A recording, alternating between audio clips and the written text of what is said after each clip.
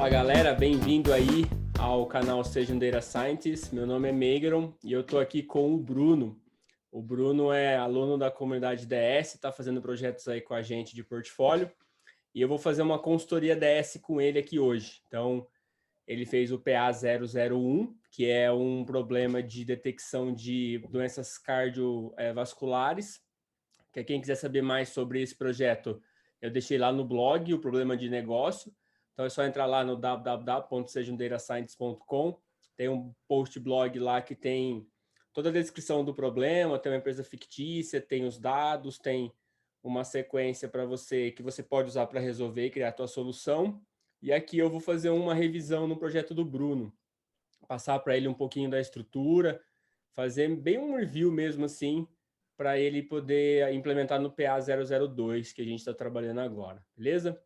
Bruno, queria agradecer aí então, cara, pela chance aí de olhar teu código junto com você, né? Já dei uma olhada nele antes.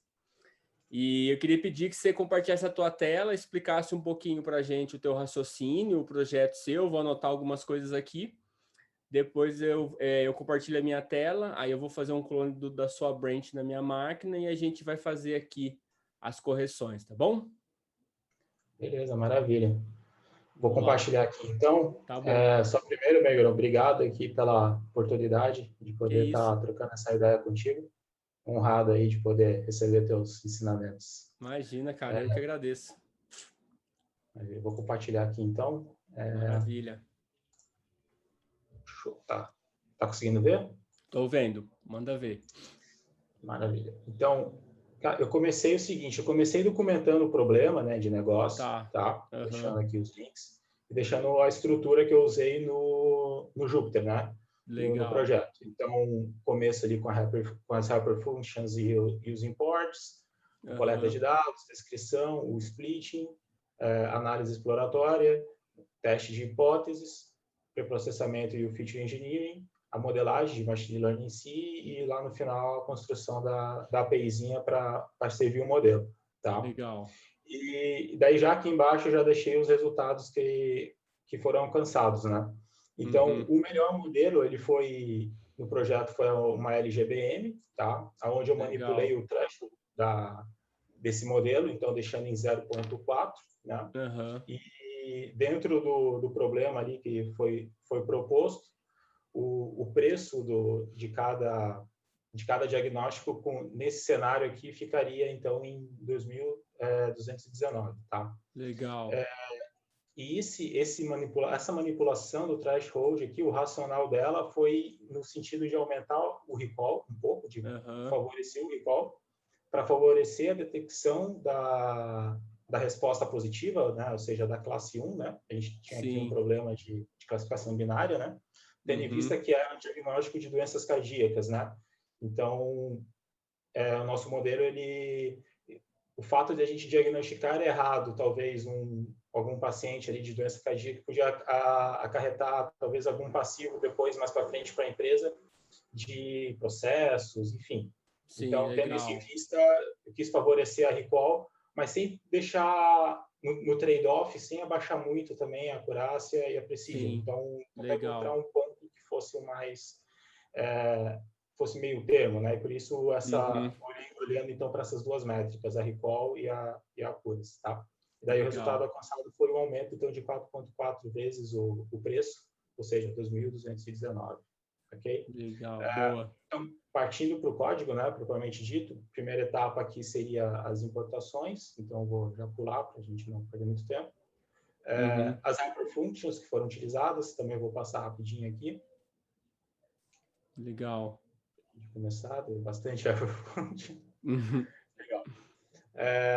Coleta de dados, normal, né? O CSV, nossa dataset estava num arquivo CSV, tá? Sim. Utilizando pandas. Vim descrevendo, então, os dados, os principais takeaways aqui, os principais insights da descrição, né? Para a resolução do problema, né? A gente tinha a variável age em dias e não em anos, né? Então, dividi essa variável por 365 para a gente poder ter poder analisar ela melhor mais para frente, né? Para ter ela dentro da escala de anos. Legal. Eliminar o ID, né? Que seria uma variável que não teria muita informação para o nosso modelo. Uhum. A gente não precisa encodar as variáveis categóricas, elas já estão com encoding. A gente tem um problema aqui na mão, então, de um problema binário. A nossa variável target é a card. E deixei aqui um aviso para mim mesmo, no sentido de considerar, talvez, a possibilidade de fazer um on-hot encode aqui, ou não, Certo. mais para frente nos testes, tá? Tá bom. Descrevi aqui fiz uma descrição de alguns pontos sobre cada variável, né? Então, trazendo o percentual de missing values, né? A gente vê que no nosso dataset não tinha nenhum missing value, então já deixa menos uma etapa, vamos dizer assim, para a gente realizar, né? Uhum. Quantidade de valores únicos e o percentual de valores únicos dentro daquela variável, né? Eu gosto de olhar sempre esse percentual, porque às vezes se a variável tem um percentual muito pequeno de valores únicos, né? Sim. E é uma variável numérica e não categórica, porque a categórica vai ter poucos, né? Sim. Mas é uma variável numérica, quer dizer que ela é uma variável com pouca variância, né? Então, variável Perfeito. com pouca variância é engraçado, mas ela tem pouca variância, né? A feature, vamos dizer assim, para não repetir. Então, para o modelo, isso talvez não seja tão interessante. O tipo, legal. A média, a mediana, desvio padrão, min, max. Então, são as informações ali de descrição mesmo das variáveis, para a gente conhecer como é que tá os nossos dados, né? Bacana. O splitting, né, dos dados. Eu fiz um splitting no ponto 60.000, tá?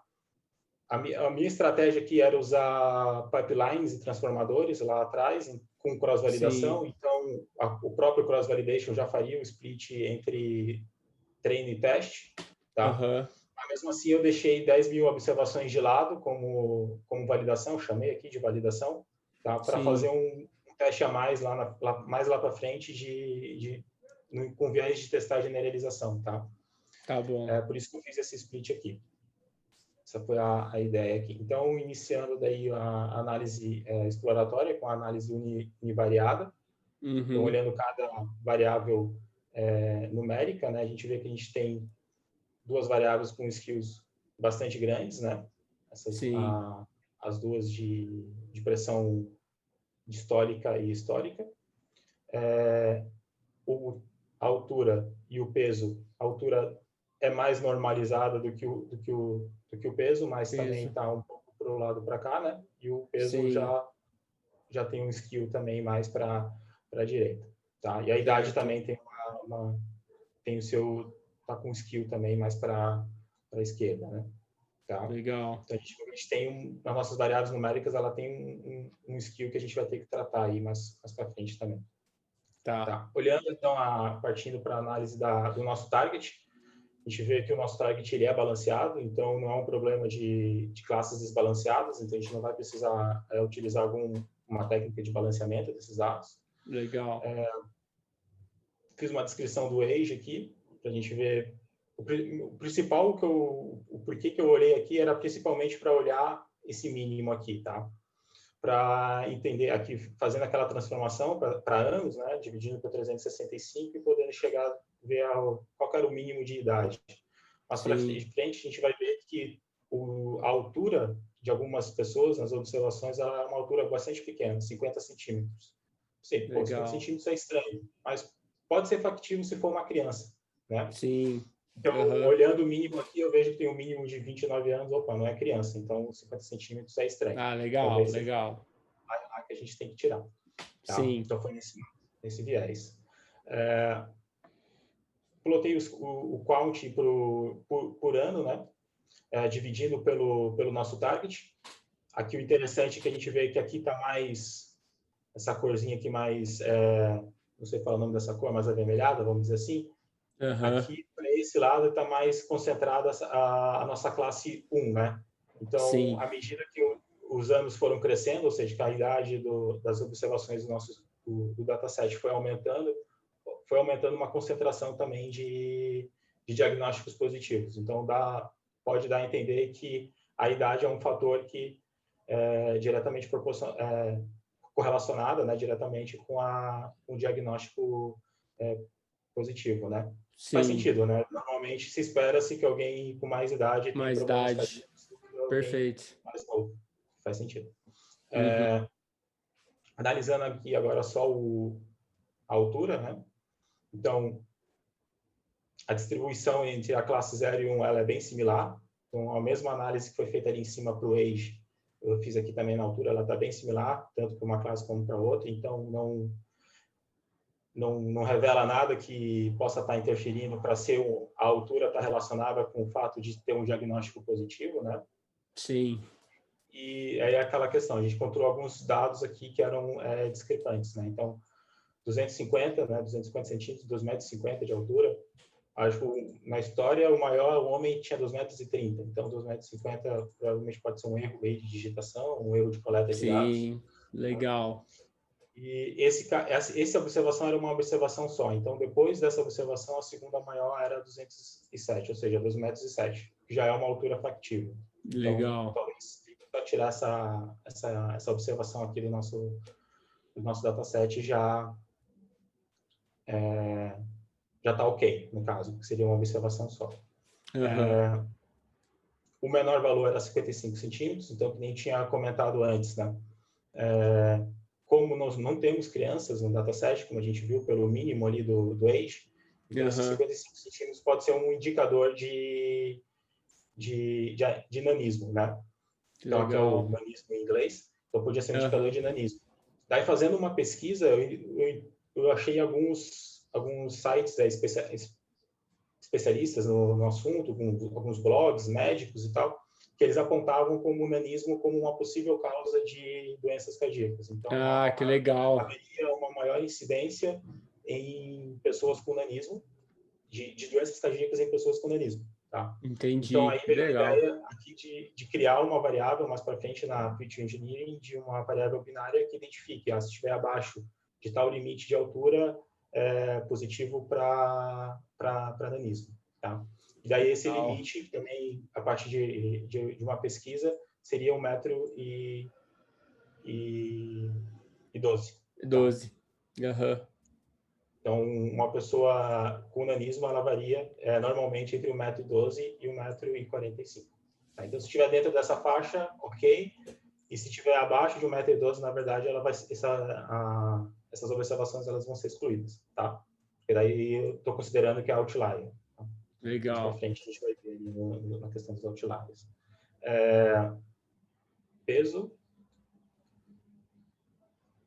Peso, a mesma situação. Aqui, eu não sei como é que dá para ver aqui, porque está clarinha a cor, mas também tem uma concentração um pouco maior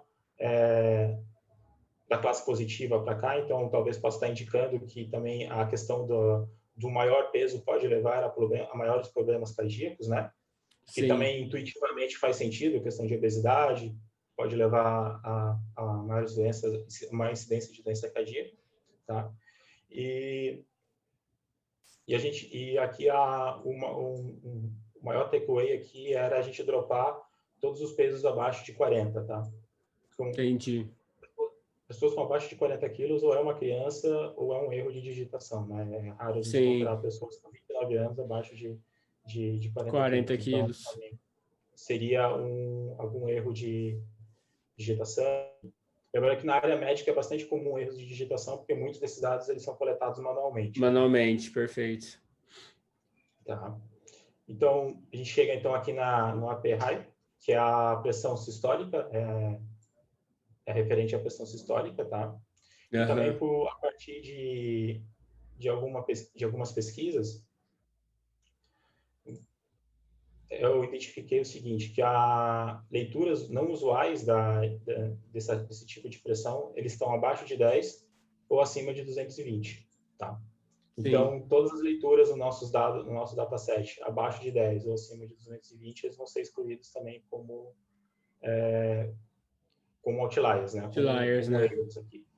Tá? Vou dar uma avançada, um pouco mais rápido. Tranquilo.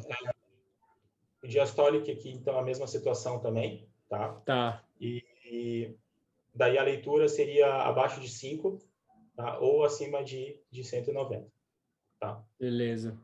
Então, dentro dessas mesmas faixas aqui, haveria essa exclusão. Só que no caso aqui da APLOW, eu fiz um tratamento diferente. Aqui pode ver que eu estou dizendo que eu vou dividir, acima de 190, eu vou dividir por 10, tá? Por quê? Porque eu observei muitos pontos de dados que estavam, por exemplo, assim, 190, 001. Tá.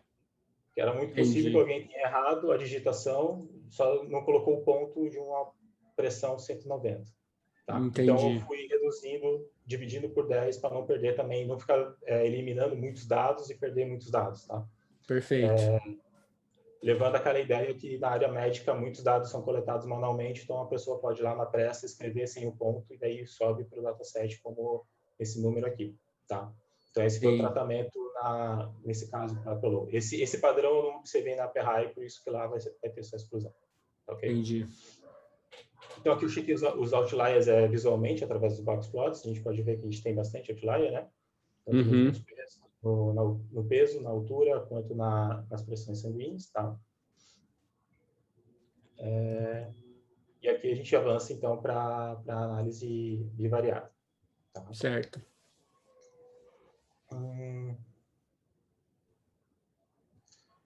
Ok. Aqui na análise bivariada, a gente pode observar que, olhando a idade contra o peso, né, que tem uma incidência maior à medida que a idade dos eventos positivos, à medida que a idade e o peso avançam. Tá? Certo. Então, a gente pode ver até mesmo aqui tá claro pela cor, né? A gente vê que tem uma maior incidência da cor roxa, exatamente como o age aumenta, né? E o peso também nesse sentido, tá? Então, basicamente, aqui a minha ideia era tentar encontrar esses tipos de relacionamento. Será que a minha classe positiva, a incidência dela está aumentando conforme eu ploto aqui, então, no caso, altura e idade? Pelo gráfico aqui, visualmente, também deixa entender que sim, para a gente ver uma maior incidência da cor da classe positiva. Tá? Certo. E a dessa foi essa, só fui checando o relacionamento entre elas. Tá? E aqui analisando as variáveis categóricas, tá? Então a gente tinha bastante concentração numa determinada classe, né?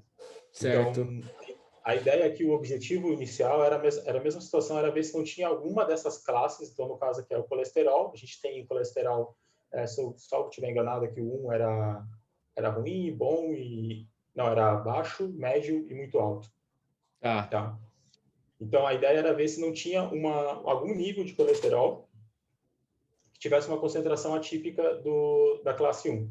Tá? Certo. Aí a gente pode dizer, ok, então esse aqui tem uma concentração atípica, né? Porque tem uma barra bastante grande. Mas tem uma barra bastante grande também da outra classe. Então, aqui é simplesmente porque a gente tem mais observações de um frente às outras, né? Não seria uma discrepância.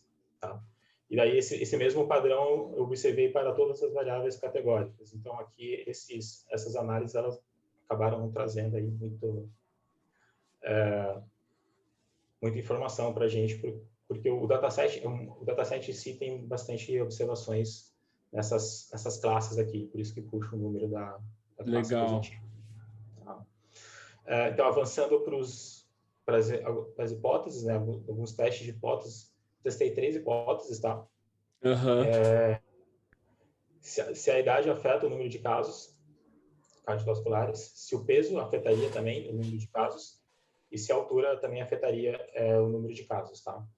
Certo. Então, aqui eu usei o teste de hipótese aqui usado foi o TD Student, tá? Então, trazendo as médias, tanto da classe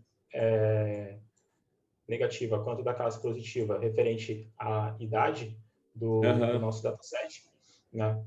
Se haveria diferença entre esses dois grupos. Então, o TD Student é um teste que ele nos diz se há uma diferença significativa entre dois grupos, certo? Certo.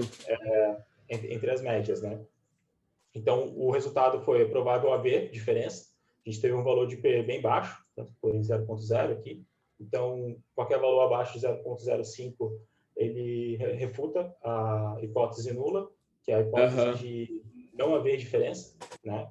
A hipótese nula é sempre de não ter diferença. Então, aqui ele está refutando a hipótese nula e está nos dizendo que é provável que haja uma diferença entre esses dois grupos. Tá? Então, é provável que a age está relacionado com a nossa target aqui, com a nossa variável positiva. Certo. De forma similar, todos os três deram provável haver diferença. Diferença, certo. Então, estatisticamente, essas 3 variáveis, elas afetam a nossa classe positiva. O que faz sentido porque as 3 variáveis também compõem, tirando o peso, compõem o IMC, né? IMC, que é uma variável é uma métrica, digamos assim, até de condição de saúde e tudo mais, para utilizar na área médica. Tá? Sim. Então, avançando para pré-processamento e para o feature engineering. Legal. Aqui eu listei o que foi feito, o que seria feito nessa etapa. Então, criar a variável idade em anos, né? Eliminar todas as observações de altura que fossem maiores que 230 e menores que 112. Certo. Criar aquela variável do nanismo, né? Tá? Isso é legal. E que seria essa aqui a condição. Então, se a altura é menor que 1,45 é 1, se não é 0. Tá? Criar uma variável de MC. Eliminar abaixo de 40. Eliminar a pressão também abaixo de 10 aqui. Eliminar a pressão histórica, se não estiver enganado, abaixo de 5. Dividir por 10 as acima de 220, no caso da Perhai. E na casa que dá Pelou, que era essa histórica, dividir também as acima de 190, tá? E usar uma transformação da escala dos dados, tá? Pelo Robust Scaler. Como a gente viu ali que a gente tem bastante outliers, né? O Robust Scaler, ele é ele é um transformador que ele é robusto com relação aos outliers, tá? Então, por isso a escolha por ele. Caso aqui os nossos critérios ainda deixassem passar algum outlier, por qualquer situação, a gente estaria coberto aqui, tá? Legal. Beleza. Então, para fazer isso, para executar essas atividades aqui, eu codei uma biblioteca à parte, tá? Que eu usei nesse projeto. Então, nessa biblioteca à parte, eu fiz transformadores customizados, tá? Então, um deles eu chamei aqui de Pre-Processing Transformer, tá? Aí eu faço o feature train aqui e ele gera transformação aqui. Eu não me lembro qual era a transformação que esse transformador fazia. Eu não estou sem acesso agora aqui à biblioteca. Não, tranquilo. Eu vim criando os transformadores, fazendo todos aqueles passo a passo, tá? E aqui eu só testei para ter certeza, testei aqui para ficar aberto aqui os dados e tal, para ter certeza que o meu pipeline está fazendo o que eu queria que ele fizesse, tá? Legal. E aí aqui está o pipeline completo, então, tem o primeiro aqui, cria-se, então, primeiro eu crio todas as variáveis, né, de Feature Engineer, eu crio uma variável também chamada Total Pressure, e por isso eu criei esse transformador, uma outra variável categórica também sobre a pressão sanguínea, tá? Aplico o Robert Scaler, acabei decidindo por fazer o One-Hot Encoder, tá? Então, também fiz o One-Hot Encoder em cima das variáveis categóricas aqui, tá? E para isso eu usei essa classe, Column Transformer, que daí aplica somente nessas colunas aquela transformação. Tá? Que daí, porque, claro, o Robust Scaler, ele é um transformador para variáveis numéricas e o One-Hot Encoder é para variáveis categóricas. A gente não podia misturar, senão nem ia dar certo. E aqui fiz o pipeline final, tá? E testei para ver como é que ficava e parece que tá tudo ok, tá? Certo. E daí eu comecei a testar os modelos de machine learning virtualmente ditos, tá? Eu escolhi trabalhar com 3.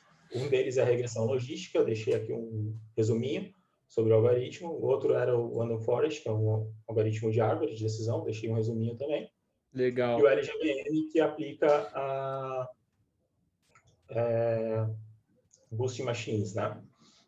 Sobre os dados, tá?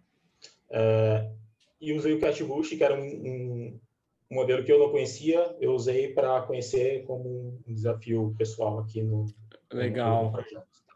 A escolha por esses algoritmos foi basicamente um algoritmo linear, um de árvore e um que aplicasse gradiente. Tá? Legal. Então, só para não ficar testando milhares de algoritmos, escolhi um de cada tipo. Bacana. E se um se sobressair, beleza, eu testo vários dentro daquela classe ali. Vamos supor que a regressão logística se sobressaísse, e daí eu testava outros lineares. Tá? Legal. Beleza, e aqui eu codei o pipeline. Então, fiz uma função para treinar a regressão logística com pipeline completo aqui dentro, tá? Aplicando cross-validation. Chegamos nesses resultados aqui. Então, a regressão logística ela teve um aumento no preço de 5,13 vezes, tá? Um recall de 0,70. Então, tinha um recall bem menor do que aquele que a gente viu lá no começo da LGBM, que acabou sendo a escolhida, assim, né?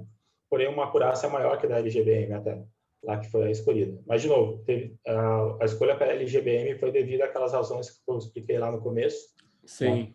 De favorecer a classe positiva, tá? Aqui eu só plotei o threshold entre Precision e Recall para tentar mudar um pouco aqueles resultados manipulando o threshold. E daí a gente conseguiu, com a regressão logística, alcançar... Aqui, no caso, eu testei para favorecer a Precision. Foi a que ficou aqui, né? A gente pode ver que o recall está aqui embaixo. Tá?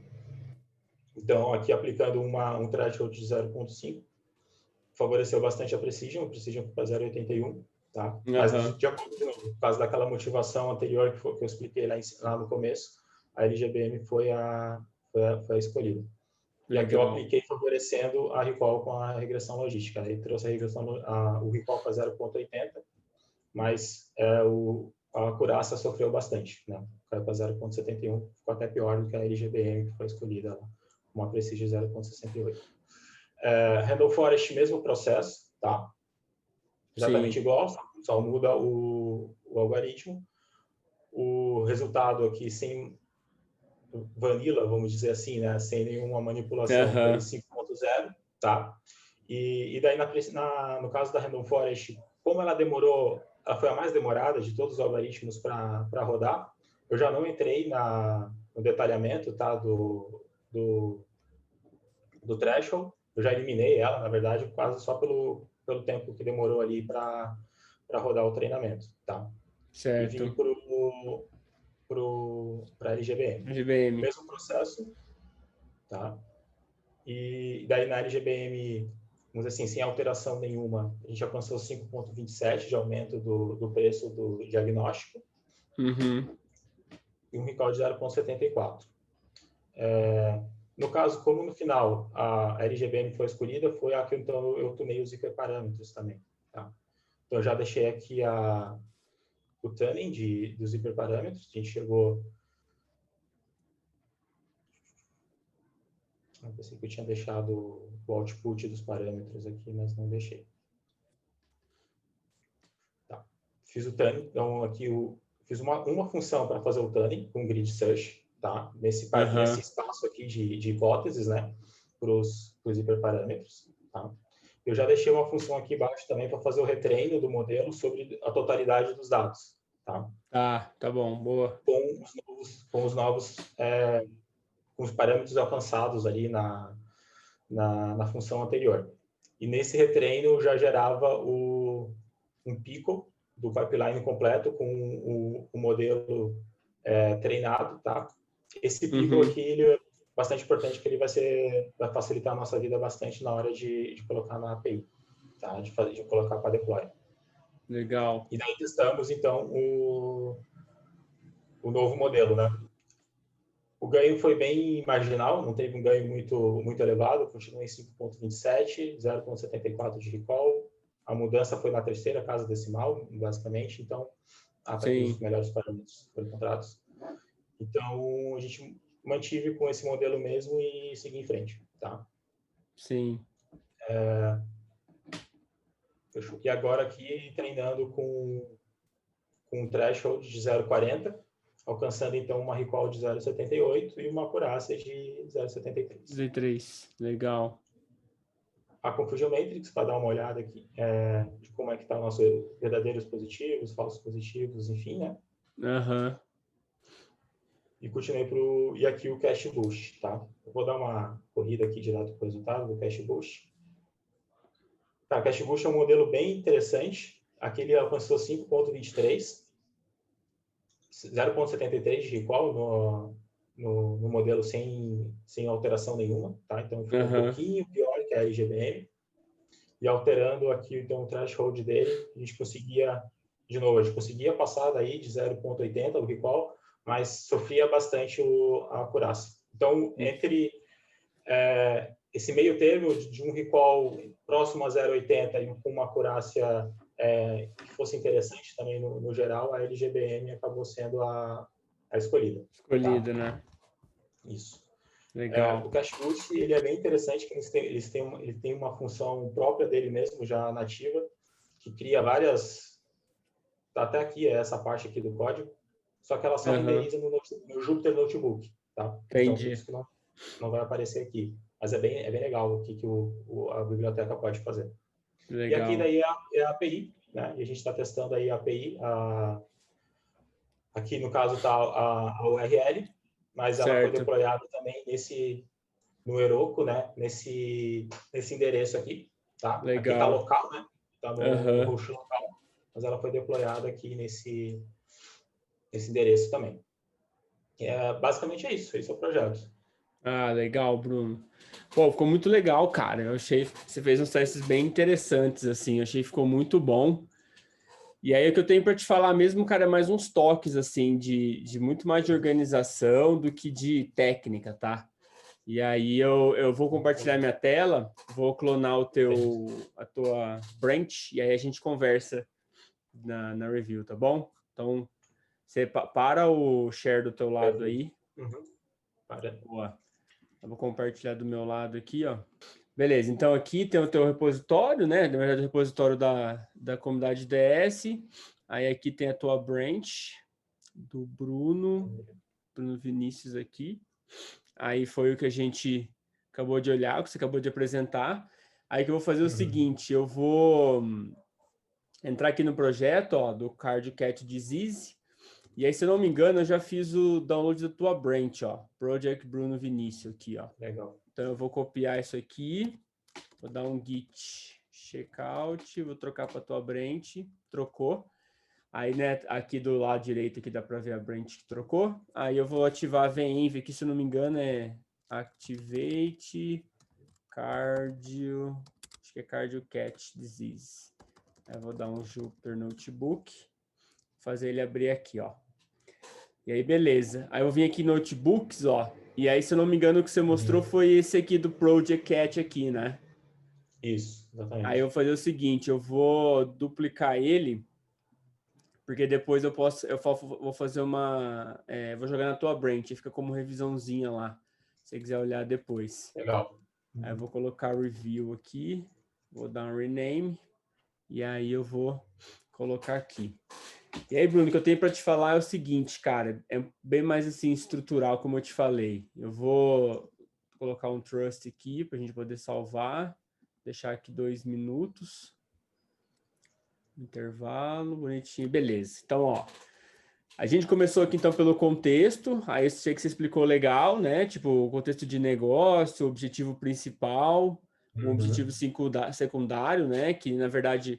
O objetivo secundário, ele depende do principal, né? Você chega no modelo com a acurácia e é baseado nisso, você vai responder as perguntas aqui do CEO. Aí deixou a referência do problema e os dados e deixou aqui um index, né? Como se fosse um sumário, né?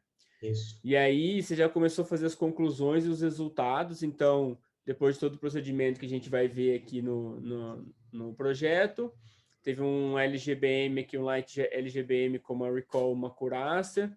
E aí teve as questões do CEO aqui também, como o quanto que o lucro aumentaria se ele implementasse esse modelo. Teve o foco aqui, tipo, cenários que você fez, né? Depois você começava no código. Aí, olhando de um ponto de vista do tipo, eu acabei de pegar o teu projeto, vou te avaliar o teu portfólio de projeto para ver se, tá legal, seria bacana chamar você para fazer uma entrevista, né? O que eu senti falta é isso aqui. Beleza, coloquei o problema de negócio aqui. Antes de eu concluir, seria legal montar uma estratégia de solução. Então, tipo, cara, como que o Bruno olhou para esse problema e pensou numa estratégia para ele resolver? Lembrando que a estratégia ela é um pouco diferente do sumário. Né? O sumário é o que você realizou, a estratégia é o que você fala assim, cara, acabei de ler esse problema, deixa eu pensar aqui em como que eu vou resolver isso, vou montar uma estratégia Por mais que eu não tenha muito conhecimento da área de negócio, muito conhecimento de como as variáveis vão desenrolar aqui, eu vou montar uma estratégia. E por que ela é importante? Porque conforme você vai desenvolvendo, você sempre volta nessa estratégia e vê se a coisa que você imaginou, o caminho que você imaginou, é aquele que está se concretizando, né? Se não, você faz ajustes na estratégia. Mas para o time de negócio também é bom você... É como se fosse um alinhamento, né? Do tipo, cara, eu recebi um problema, eu tenho uma estratégia aqui, é isso aqui que eu vou fazer, galera. E claro que isso aqui pode mudar no meio do caminho, mas é só para vocês saberem aonde que eu estou no projeto. E aí, o que é legal colocar na estratégia, né? Você coloca primeiro o objetivo, que é o que você... Eu só reescrever isso aqui, né? Que é o objetivo do problema, que é isso aqui. Então, eu vou copiar isso aqui, ó. Selecionar, copiar. Aí eu posso colar aqui o objetivo. E aí é sempre legal, Bruno, você colocar, por exemplo, o que você vai receber de input e o que você vai fornecer de output. O que vai entrar no teu projeto e o que vai sair. E aí o input seu, por exemplo, pode ser aqui. Pode ser aqui, por exemplo, a questão de negócio. Então, o problema de negócio. Depois pode ser os dados, né? Então, vou colocar aqui um conjunto de dados com 70 mil diagnósticos médicos. E aí, o que você vai fornecer de output, cara? O que você vai entregar para o time de negócio ou no final da tua consultoria? O que você vai entregar? Você pode entregar, cara, eu vou entregar um modelo de machine learning treinado e salvo em formato Pickle. Você pode chegar para o cara, entregar para ele o modelão lá, salvo. Essa é uma forma de entrega.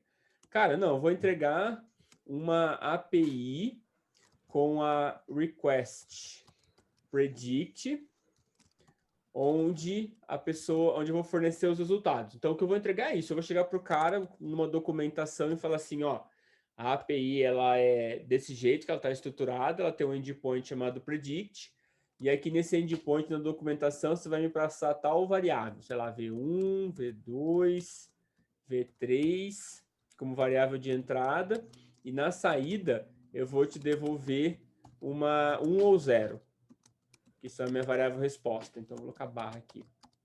Então, você vai colocar lá na tua documentação oficial, cara, eu vou entregar para você uma API. A API, o cara não precisa saber como é que ela é feita, porque se você for entregar o código da API, você especifica na documentação. Vai entregar uma API feita em Flask ou em Fast API, ou vai ser no SageMaker da AWS, vai ser não sei o que da Google, mas tem que explicar para o cara. E explica qual que é o endpoint, o endereço, o endpoint, que ele tem que fazer a request, o que ele tem que passar nessa request como entrada, e o que ele espera receber como saída. Você pode entregar esse modelo também, sei lá, uma tabela de dados, ou uma tabela, por exemplo, tabela em um banco, tabela em um banco de dados, sei lá, MySQL, com todas as classificações entre doença ou não doença. Então, por que isso é legal? Porque dependendo do projeto que você pega, você já consegue pensar em qual que vai ser a solução final. E aí consegue direcionar um pouquinho o teu tempo. Cara, se eu entregar só um modelo salvo, puta, não vou precisar gastar muito tempo em criar API para fornecer para as pessoas. Vou entregar só uma tabela, que é isso que eles precisam. E aqui é mais uma negociação com quem te pediu essa request, para você combinar o jogo com ela. Falar, cara, você vai me dar dado e o problema, eu vou te dar um modelo salvo, eu vou te dar uma API, eu não sei o quê. Então, é legal ter isso aqui no teu planejamento, tá? Então, uma vez que você tem a entrada, tem a saída, cara, como que vai ser a tua estratégia? O que você vai fazer para poder mapear a entrada na saída, né? Aí você pode colocar, cara, minha estratégia vai ser o seguinte, eu vou coletar os dados, sei lá, aí você vai pensando mesmo brainstorm com você mesmo, tá? Vou coletar o dado, eu vou fazer uma limpeza dos dados. Cara, mas para que eu vou limpar os dados? Eu quero identificar principalmente aqui outlier e dados faltantes. E além disso, eu quero identificar se os dados eles estão dentro do escopo de negócio. Então, cara, aquilo que você estava me contando, tipo, idade abaixo de tantos metros, altura acima de tantos metros, tipo pressão diastólica acima de tantos metros. Então, você vai limpar esses dados e na hora que você estiver identificando, fazendo a limpeza, você vai identificar essas coisas aqui. E aí você fala assim, tá, mas se eu encontrar uma pressão diastólica que ela é maior que o comum, como é que eu vou saber qual que é o baseline de referência para poder eliminar isso? Então, eu tenho que fazer uma pesquisa sobre o modelo, sobre o problema, né? Sobre o escopo do problema. Tem um outro nome, cara, que eu lembrar, eu coloco aqui. Que é basicamente diagnóstico de doenças cardiovasculares. Então, se você fazer uma pesquisa rápida, vai ver o que tem, o que eles consideram como uma pressão normal, o que é uma pressão fora do normal, porque isso aqui vai te ajudar a criar as suas variáveis, a sua feature engineering também. Beleza, fiz minha pesquisinha lá, aí eu vou continuar, né? Coletei o dado, eu acho que eu vou criar features, depois eu vou preparar essas features, depois eu vou fazer o seguinte, eu vou criar umas hipóteses de negócio aqui. Então, criar hipóteses de negócio. E quando eu falo hipótese de negócio, é do tipo, aquelas hipóteses, não é hipótese estatística para fazer usar o teste estatístico, mas é uma hipótese de negócio. Do tipo, cara, pessoas com mais de 65 anos têm 50%, ou melhor, a população, o conjunto,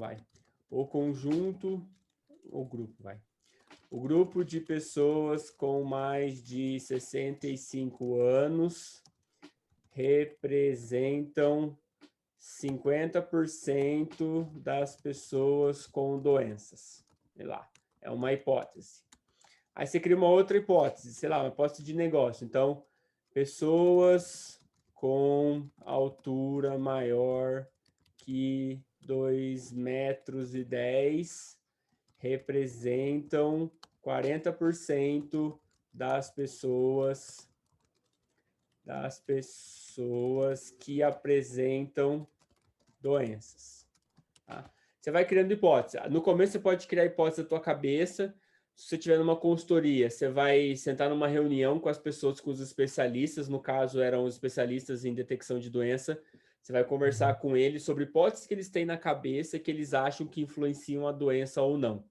E você vai anotar tudo isso no teu papel, vai colocar aqui na tua estratégia para depois você validar isso aqui, se isso aqui é verdadeiro ou falso. E quando eu falo validar, é fazer gráficos mesmo e tentar encontrar nos gráficos se isso aqui é verdade ou é mentira, tá? Depois que você cria a hipótese, fala, beleza, criei a hipótese, agora eu vou fazer o seguinte, agora eu vou fazer um pré-processamento, melhor, fazer um encoder das variáveis categóricas. Aí eu vou fazer, depois que eu fizer o encoder das minhas variáveis categóricas, eu tenho meu dataset pronto para treinar, então eu vou treinar o meu modelo. E aí aqui você já pode colocar exatamente o que você me contou. Cara, eu vou tentar um modelo de árvore, vou tentar Random Forest, mas eu quero um modelo de árvore que ele lide bem com variáveis categóricas, que eu não preciso usar o encode. Então eu vou usar um cat boost, por exemplo.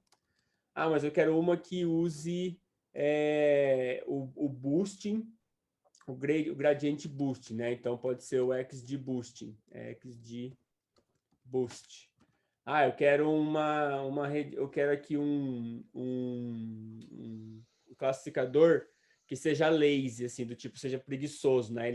Você não tem parâmetros para definir ele, porque todos esses aqui você tem parâmetros, né? O número de árvores, o quanto ela vai crescer em profundidade, quantas folhas máximas vão ter por quebra. Mas eu não quero nada, eu não quero parâmetro, eu quero um modelo que aprenda conforme o dado. Pô, posso usar um KNN.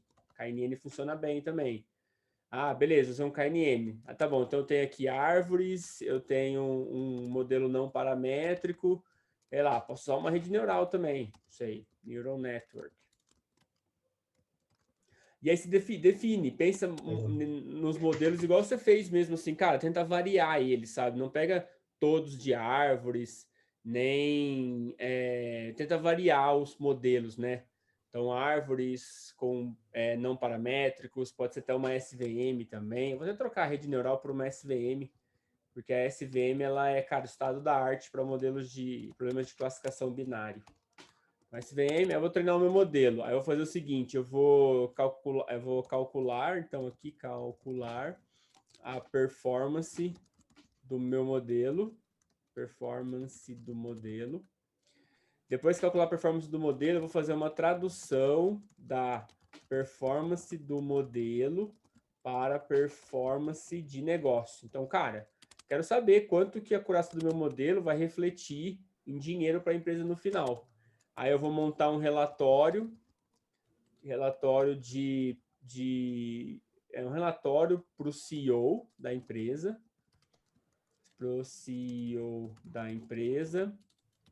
reportando resultados. Então, reportando resultados. E por último, se eu acordei aqui no meu output que vai ser uma API, eu vou construir ela. Então, eu vou construir a API e eu vou fazer o teste na API. Depois, por fim, eu vou gerar documentação na API. Então, documentação na API. Beleza. Aí isso aqui, cara, é a tua estratégia. Isso aqui é o que você vai fazer para tentar resolver o problema das pessoas.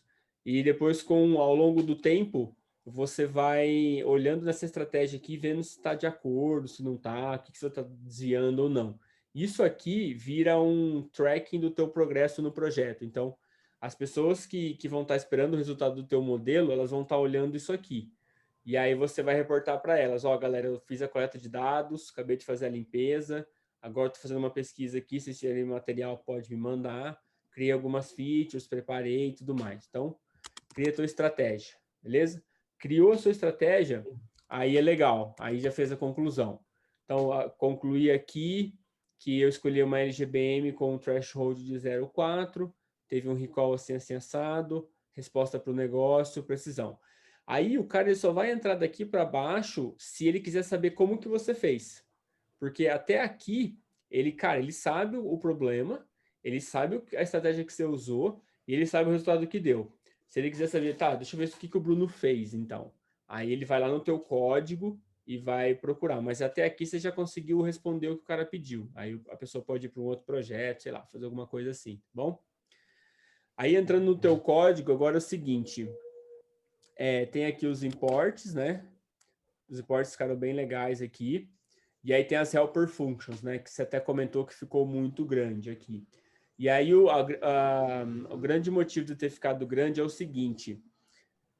A função, você só cria ela se ela tiver demanda para ela, digamos assim. Se no teu código tiver várias tarefas que são executadas exatamente da mesma forma. Então, você olha no teu código e fala assim, cara, tem alguma tarefa no meu código aqui que ela se repete várias vezes? Se a resposta for sim, você cria uma função.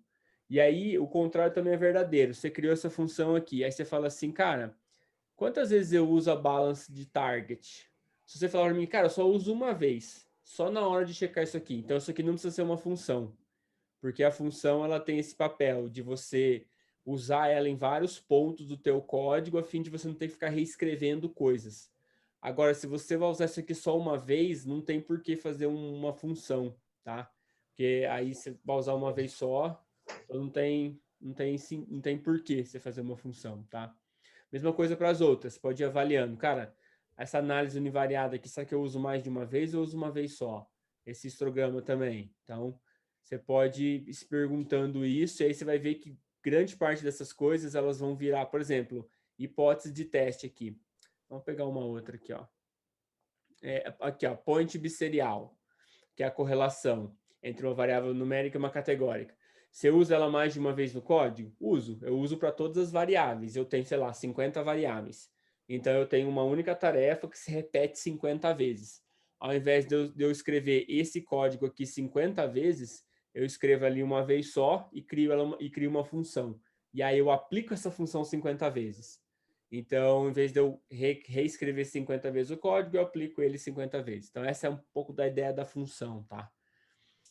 Mas legal, ó, retornando as predições aqui, ó, bem bacana, cara. Muito bom, Bruno. Isso aí, cara. Aí uma API aqui é com o threshold normal e a de baixo ela está aplicando nesse caso aqui está aplicando aquela alteração de threshold. Que alteração, né? A alteração a gente não consegue, eu não consigo colocar no pipe, eu tenho que fazer depois. Então, entendi. Mas aí tá lá o código do handler lá. Aí tem dois Legal. lá no handler. Bacana. Não, animal. Muito bom, cara.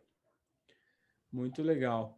Mas igual eu falei pra você, cara, eu acho que o teu projeto ficou muito bom, mas é só esses detalhes mesmo, tipo de organização mais, de colocar umas coisas depois da outra.